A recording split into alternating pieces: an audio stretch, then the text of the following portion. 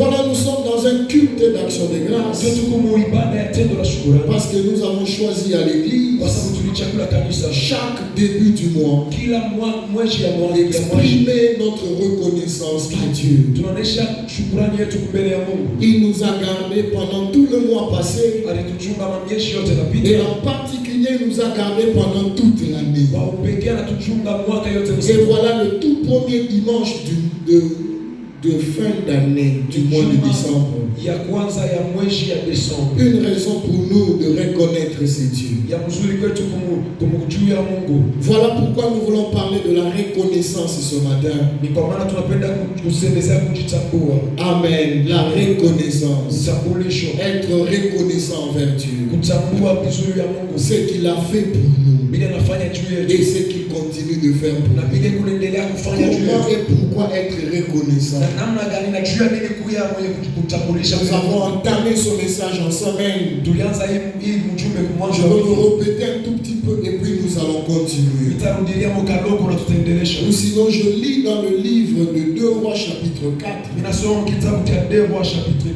Le verset 8. Amen. 2 Rois chapitre 4. 2 Rois chapitre 4. Le verset 8.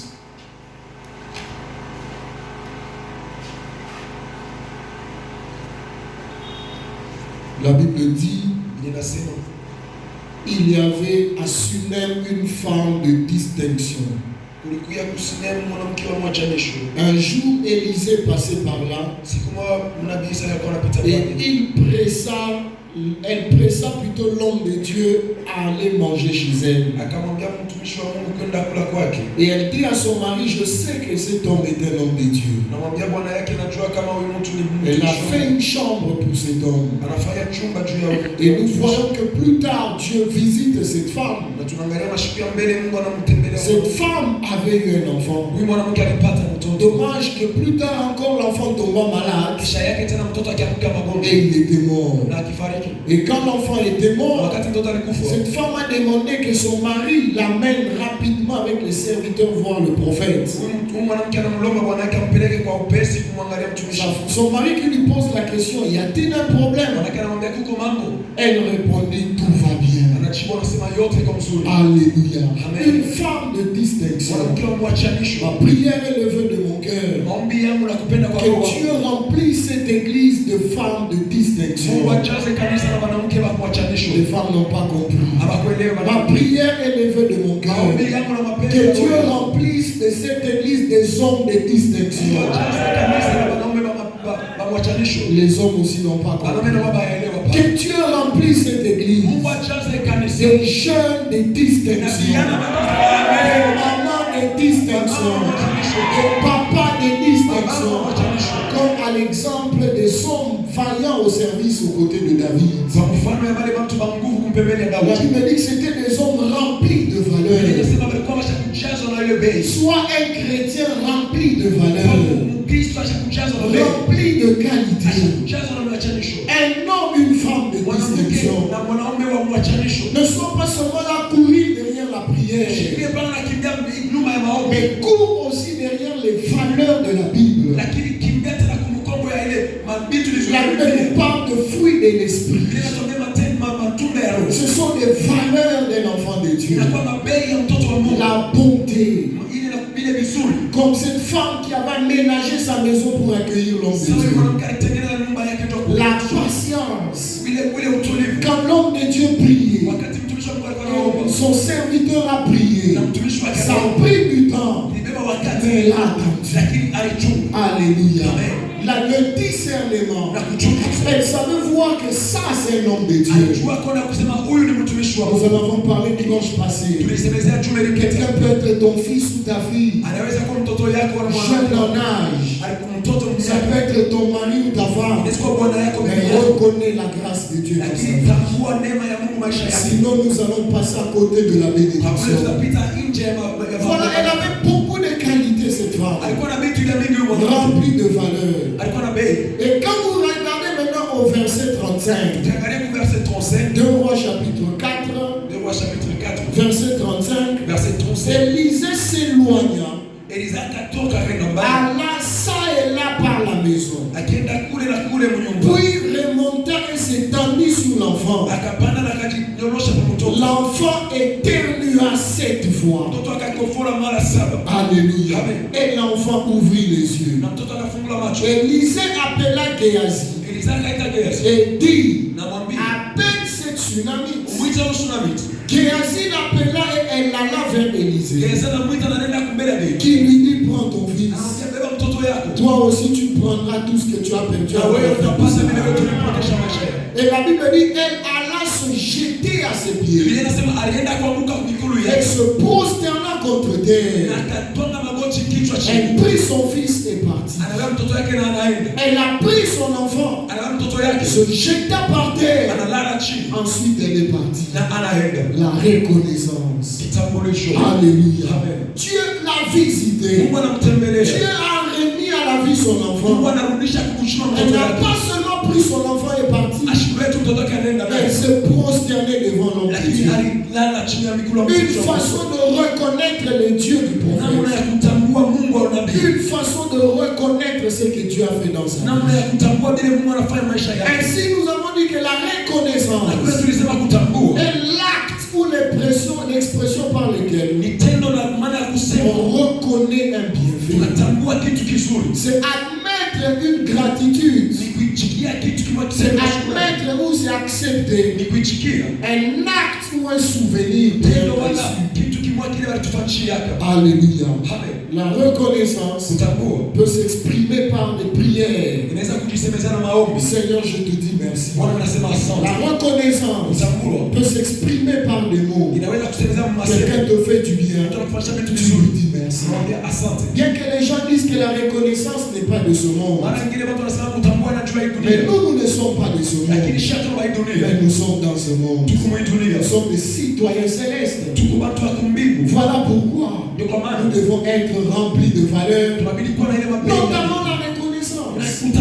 Alléluia. Même quand tu envoies un enfant, ne dis pas je suis son père, je suis sa mère, ou je suis son aîné, il doit le faire. Et quand il le fait, apprends aussi à lui dire merci. Tu encourages l'enfant à apprendre à se soumettre. Ça peut s'exprimer par des cadeaux. Quelqu'un peut te faire du bien. Tu lui achètes un présent. Ça peut s'exprimer par une offrande. Dieu te fait du bien.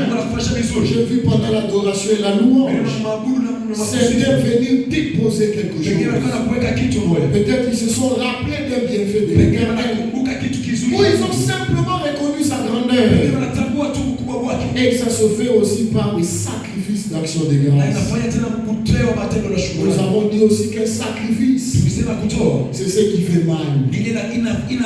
Dans la Bible, tout sacrifice s'accompagnait de l'écoulement de sang. Pourquoi? Parce que ça doit faire mal. Quand tu te sacrifies, c'est-à-dire tu donnes quelque chose qui te fait mal. Alors nous avons aussi dit le niveau de reconnaissance prépare le niveau de faveur suivant que tu bénéficies. C'est-à-dire la manière dont tu exprimes ta reconnaissance, tu pousses la personne à faire encore davantage. La reconnaissance est l'expression du cœur. Ce sont ceux-là qui aiment qui expriment la reconnaissance. Maman te donne à manger. Ne dis pas c'est son devoir. Elle te donne à manger. Quand tu termines de manger, dis maman merci. Parce qu'il y a de ces mamans qui ne s'occupent pas de leurs enfants. Il y a des parents qui ne s'occupent pas de leurs enfants. Et les enfants, dès le bas âge, doivent eux-mêmes chercher comment manger. Mais toi, tu termines de manger. Ne te lève pas et parti. Tu dis maman merci. Tu termines l'année scolaire. Papa merci, tu as payé pour ça. Alléluia. Exprimons notre reconnaissance. Ton mari te fait du bien. Exprime ta reconnaissance. Ta femme aussi te fait du bien. Exprime ta reconnaissance. Les amis te font du bien. Exprime ta reconnaissance. C'est l'expression du cœur. Donc celui qui n'exprime n'exprime pas sa reconnaissance, la reconnaissance est une source d'épanouissement. Alléluia. Je commence par ce que j'ai préparé aujourd'hui. Je reprends en disant, la reconnaissance, c'est une source d'épanouissement. Et Dieu a établi cela comme un principe spirituel. Celui qui sait exprimer sa reconnaissance, même par la prière, même par la louange et l'adoration, ce n'est pas toujours l'argent. Parfois on manque d'argent, mais ça n'empêche pas que tu pries. Ça n'empêche pas que tu viennes à l'église. Ça n'empêche pas que tu danses. Ça n'empêche pas que tu sautes de joie. Alors quand tu exprimes la reconnaissance, tu ouvres une voie vers ton propre épanouissement. Ceux-là qui ne sont jamais reconnaissants, en d'autres termes, ceux-là qui sont ingrats, observez bien, sont des gens qui ne s'épanouissent jamais. Parce qu'ils ne savent jamais reconnaître les bienfaits. Mais la reconnaissance, quand nous lisons Philippiens chapitre 4, allons-y rapidement. Amen. Philippiens chapitre 4. Le verset 6 est le suivant. La Bible dit ceci. Vous allez comprendre la reconnaissance. La Bible dit, réjouissez-vous toujours dans le Seigneur. La reconnaissance commence par la réjouissance dans le Seigneur. Alléluia. C'est là où la Bible nous dit, pour toutes circonstances, bon comme mauvais, reconnaissons notre Dieu en tout. Et nous devons apprendre à nous réjouir dans le Seigneur. Même quand tu te réveilles malade, réjouis-toi dans le Seigneur. Peut-être tu ne pouvais même pas te réveiller, mais au moins tu t'es réveillé. Alléluia. Alléluia. Quand la journée se termine, réjouis-toi dans le Seigneur. Quand tu réalises quelque chose, réjouis-toi dans le Seigneur. Même quand ça ne marche pas, réjouis-toi dans le Seigneur. Vous voyez, les choses ne vont pas bien, mais Dieu te demande de te réjouir. Mais toi, comment tu commences les journées? Comment tu commences les semaines? Ou comment tu affrontes décembre? Peut-être tu n'as vu aucune de tes prières se réaliser. Peut-être tu n'as pas vu tes projets s'accomplir. Et tu as fait un problème parce que c'est décembre. Non, bien aimé, même si tu n'as rien vu, réjouis-toi dans le Seigneur tout ce mois de décembre. Et c'est ça même la source de ton épanouissement. Mais quand tu commences décembre avec des tristesses, avec des amertumes, avec des pleurs, sache que toi-même tu te bloques encore de grandes choses. Amen. La Bible dit, réjouis-toi dans le Seigneur. Et il insiste que je le répète, réjouissez-vous. Et Paul écrivait cette épître pendant qu'il était en prison. C'est comme ça qu'il écrivait aux Philippiens. Quelqu'un en prison, étant fouetté, mais il demande aux gens de se réjouir. Amen, amen. Dis à ton voisin, réjouis-toi dans le Seigneur. Amen. Et il dit que votre douceur soit connue de tous les hommes.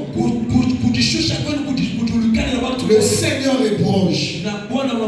Ne vous inquiétez de rien. Celui qui est reconnaissant, il ne s'inquiète pas de ce qu'il manque. Mais il reconnaît Dieu dans le peu qu'il a. Nous l'avons dit en semaine. Ce que tu es, il y a plusieurs qui ont envie d'être comme toi. Amen. Ce que tu as, il y a plusieurs qui en recherchent. Alors tel que tu es là, tu as tout intérêt de te réjouir dans le Seigneur. Et de ne pas s'inquiéter. Bannir les inquiétudes dans ta vie. Amen, amen. Il dit, ne vous inquiétez de rien. Mais en toute chose, vous voyez, en toute chose, allez en en prière. Faites connaître vos besoins à Dieu avec des supplications et des actions de grâce. Amen. C'est-à-dire tu pries. Même si tu n'as pas vu la chose se réaliser. Rends grâce à Dieu. Amen. Alléluia. Avec des supplications. Et la Bible dit la paix de Dieu qui surpasse toute intelligence gardera vos cœurs et vos pensées en Jésus. Tu as des soucis, tu as des inquiétudes, mais Dieu dit ceci. Mais cela de côté, reconnais-moi dans ta vie, réjouis-toi dans le Seigneur. Et la Bible ajoute en disant la paix qui surpasse toute intelligence. Donc le secret de la paix commence par la reconnaissance. Et c'est quand tu as la paix que tu peux bien travailler. Quand tu as la paix, tu peux bien manger. Quand tu as la paix, tu vas bien dormir. Amen. Mais si tu manques la paix, même boire de l'eau, tu ne seras pas. Même manger, tu manqueras la paix. Voilà pourquoi la reconnaissance est la clé ou la source de l'épanouissement spirituel. Apprends à reconnaître Dieu dans toutes tes voies. Je lis aussi 1 Thessaloniciens chapitre 5. Chapitre 5. Verset 16 et le suivant. La Bible dit ceci. Soyez toujours joyeux. Amen. Alléluia. Choisis d'être joyeux. Priez sans cesse. Rendez grâce en toutes choses. Amen. Rendez grâce en toutes choses. Même pour des situations qui te font mal. Rends grâce à Dieu. Ne pleure pas. Amen. Car c'est à votre égard la volonté de Dieu en Jésus-Christ. Rendre grâce à Dieu, c'est sa volonté. Amen. Nous cherchons toujours. C'est quoi la volonté de Dieu? Je cherche la volonté de Dieu. C'est rendre grâce à Dieu. Et la Bible ajoute en disant, n'éteignez pas l'esprit. Celui qui ne rend pas grâce à Dieu éteint l'action de l'esprit. Tu viens toi-même éteindre l'action de l'esprit. Voilà pourquoi c'est un levier, c'est une source, une clé essentielle pour l'épanouissement spirituel. Pourquoi nous devons rendre grâce à Dieu? Il y a des choses qui nous arrivent qui ne sont pas faciles à comprendre. Mais Dieu lui maîtrise le lendemain. Tu ne sais pas ce qu'il veut réaliser. Car toute chose concourt au bien de ceux qui l'aiment. Alors pendant que tu ne comprends pas ce que Dieu est en train de faire, toi tu commences par lui rendre grâce. Alléluia. Parce qu'il y a des choses qui nous arrivent qui semblent être le contraire de nos attentes. Toi tu veux avoir beaucoup d'enfants, mais quand tu entres dans le mariage, les enfants traînent. Tu ne sais pas pourquoi tu as permis cela. Rends le grâce. Alléluia. Parce que tu risques d'avoir beaucoup d'enfants comme Pénina, mais qu'on ne connaît même pas le nom. Mais toi, quand ça vient après comme Anne, tu ne nous produis pas n'importe quel enfant, mais tu nous amènes un prophète. Raison pour laquelle, parce que tu ne comprends pas le langage de Dieu, quel que soit ce qui t'arrive, rends grâce. Amen. Parce que nous ne comprenons pas son langage. La Bible dit clairement, les voies de Dieu sont insondables. Certaines choses tu ne les verras pas. Quand cette tsunamite est allée vers le prophète Élisée, Élisée est un prophète de la double onction. Amen. Il est venu après Élie. Élie qui pouvait prier le feu tomber du ciel. Élie qui pouvait prier. Et Élisée est venu après. La Bible le reconnaît le prophète de la double onction. Mais dans la maison où il habitait, l'enfant est mort. Et quand cette femme est allée vers le prophète, effacé. Alléluia. Donc, quelle que soit la dimension des prières que tu peux faire, quelle que soit la connexion, je ne sais pas, tridimensionnelle spirituelle, il y a des choses que Dieu ne te dira pas. Amen, amen. Mais la maturité demande, quand ça t'arrive, rends grâce à Dieu. Nous sommes humains, nous pouvons pleurer, nous pouvons avoir des chocs dans les cœurs, mais rapidement, rends grâce à Dieu. Alléluia. Alléluia. Voilà pourquoi nous disons des choses qui nous arrivent dont on ne comprend pas. La reconnaissance qui s'exprime par les actions de grâce sont des actes de foi par lesquels nous transcendons les réalités naturelles. Une réalité t'arrive. C'est naturel, c'est normal. Mais quand tu rends grâce à Dieu, tu transcendes cette dimension-là. Et tu acceptes non pas la réalité qui t'arrive, mais la vérité qui est la parole de Dieu. Amen, amen. C'est pour cela que quelqu'un comme Job, il perd tous ses travailleurs, il perd tous ses biens, il perd tous les enfants en un jour. Tous les enfants en un jour. L'Éternel a donné, l'Éternel a repris. Que son nom soit béni. Combien peuvent faire aujourd'hui les thèmes de libération? Alléluia. Peut-être même pas moi. C'est pourquoi je donne ce message. Pour que j'apprenne aussi à transcender les réalités naturelles par lesquelles nous pouvons ainsi bénir Dieu. Voir au-delà de ce que nous voyons. Et les actions de grâce poussent Dieu à parachever l'œuvre qu'il a commencée. En d'autres termes, la reconnaissance ou les actions de grâce, c'est arroser la sémence que Dieu a plantée. Toi, tu ne sais pas ce que Dieu a planté. Toi, tu vois ce que tu vois. Mais quand tu te réveilles le matin, tu dis Seigneur, merci pour ce jour.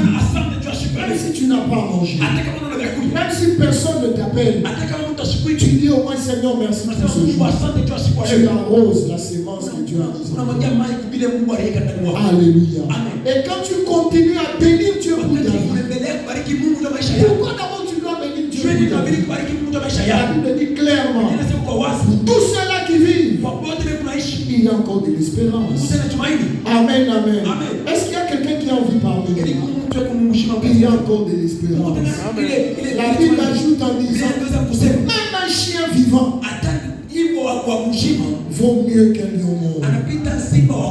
Donc tant que tu as envie, il y a encore un plan que Dieu doit achever. Il y a encore quelque chose que Dieu doit réaliser. Raison pour laquelle bénis-le. Alléluia. Ne maudis pas Dieu. Ne maudis pas la prière. Ne maudis pas les serviteurs. Plus c'est dur, plus ça sera aussi grand. Amen, amen. Les actions de grâce amplifient l'action de Dieu dans ta vie. Amen. Si j'enlève le micro, mon son n'est pas amplifié. Si le groupe s'arrête quand c'est dernier temps, il j'accusais. Une petite parenthèse. Notre groupe il a couvert. J'étais à Lubumbashi avant-hier, j'ai vu les groupes. En tant qu'action de grâce, on peut acheter pour notre Dieu. Avec les mamans, on a totalisé combien maman Betty? 250. J'ai vu des bons groupes à $700. 700 moins 250, c'est combien? 450. Je ne connais pas les calculs. 450. Alléluia. Amen. Alors qu'est-ce que je voudrais dire? Avec ceci, ça me permet d'amplifier le son. Si je crie, même ceux qui sont à l'école, même si je ne crie pas, ils m'entendent. Pourquoi? Parce que le son est amplifié. Il en est de même avec les actions de grâce. Ça vient amplifier l'action de Dieu. Regardez Jésus devant la tombe de Lazare. Alléluia. Quand il s'approche, on lui dit que celui qui est là est mort. Qu'est-ce qu'il fait? Il réagit comme un homme. Parce qu'il était dans le corps, il a pleuré. N'est-ce pas? C'est comme nous aussi, nous pleurons. Mais rapidement, il a dit, Père, je te rends grâce de ce que tu m'as toujours exaucé. Avant même de voir Lazare sortir, il m'a rendu grâce. Et quand il a dit ça, il crie d'une voix forte, Lazare, sors, parce qu'il a rendu grâce. Celui qui était mort est revenu. Parce qu'il a rendu grâce.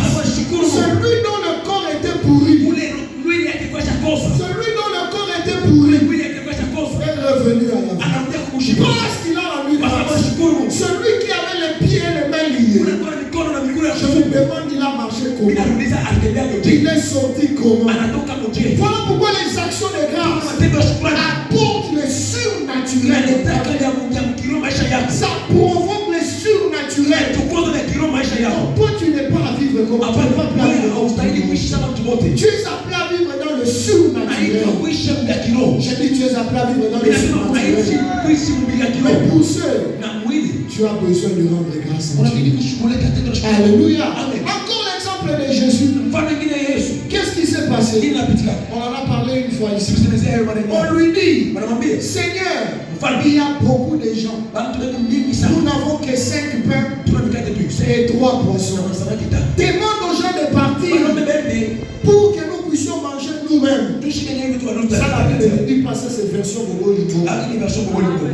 Quand on dit que les autres partent, parce que la nourriture n'est pas assez, c'est-à-dire quoi? Comme je vois aussi parfois chaque dimanche après culte, vous voyez des gens qu'on chasse, surtout toi, parce qu'il veut rester manger et faire nos agapés. Et lui-même ajoute le couler et le gibé. Vous voyez? C'est ce que les disciples aussi vous disent au Seigneur. S'ils peuvent partir, parce que la nourriture n'est pas assez, l'homme voit ce qui n'est pas assez. Et le Seigneur a vu dans ce qui n'est pas assez la possibilité de distribuer à tout le monde. Raison pour laquelle avant tout, il a soulevé ce qu'il avait. Toi aussi, même si tu n'as qu'une paire de chaussures, quand tu rentres après c'est que ne va pas choriner ça.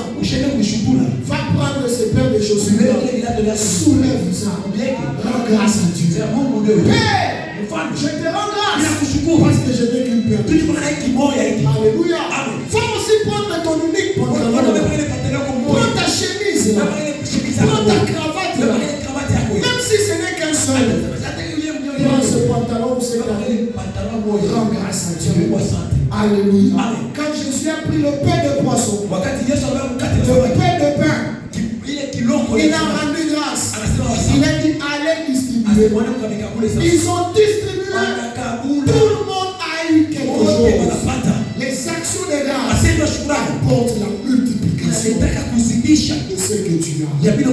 Amen, peuple. Amen. Alléluia. Mais qu'est-ce que nous faisons souvent?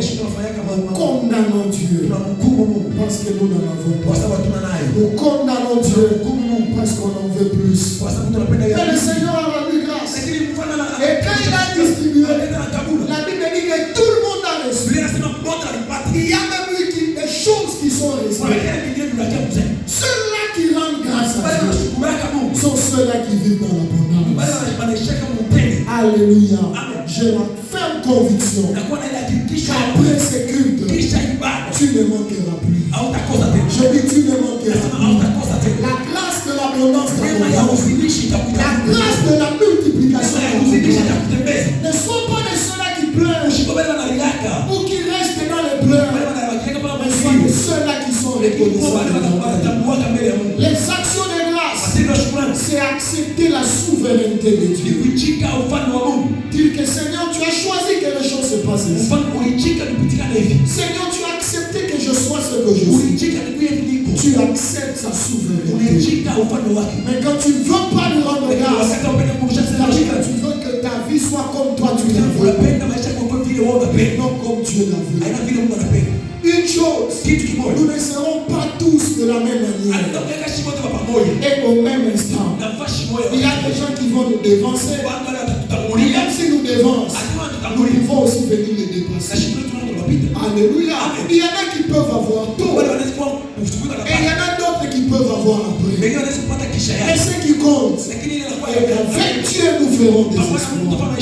Toi aussi tu verras des exploits. L'action de grâce ou la reconnaissance nous délivre parfois de certaines dépressions. Alléluia.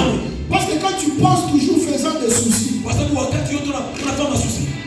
tu réfléchis toujours ayant mal, ça va te pousser à la dépression. Ça peut même te pousser à des maladies. Il y a des gens qui ont des maladies à cause des soucis. Il y a des gens qui ont des maladies de tension à cause des problèmes. Mais quand un problème arrive, tu bénis Dieu. Tu verras que rapidement tu seras relevé de cette situation. Est-ce que tu peux acclamer le Seigneur pour te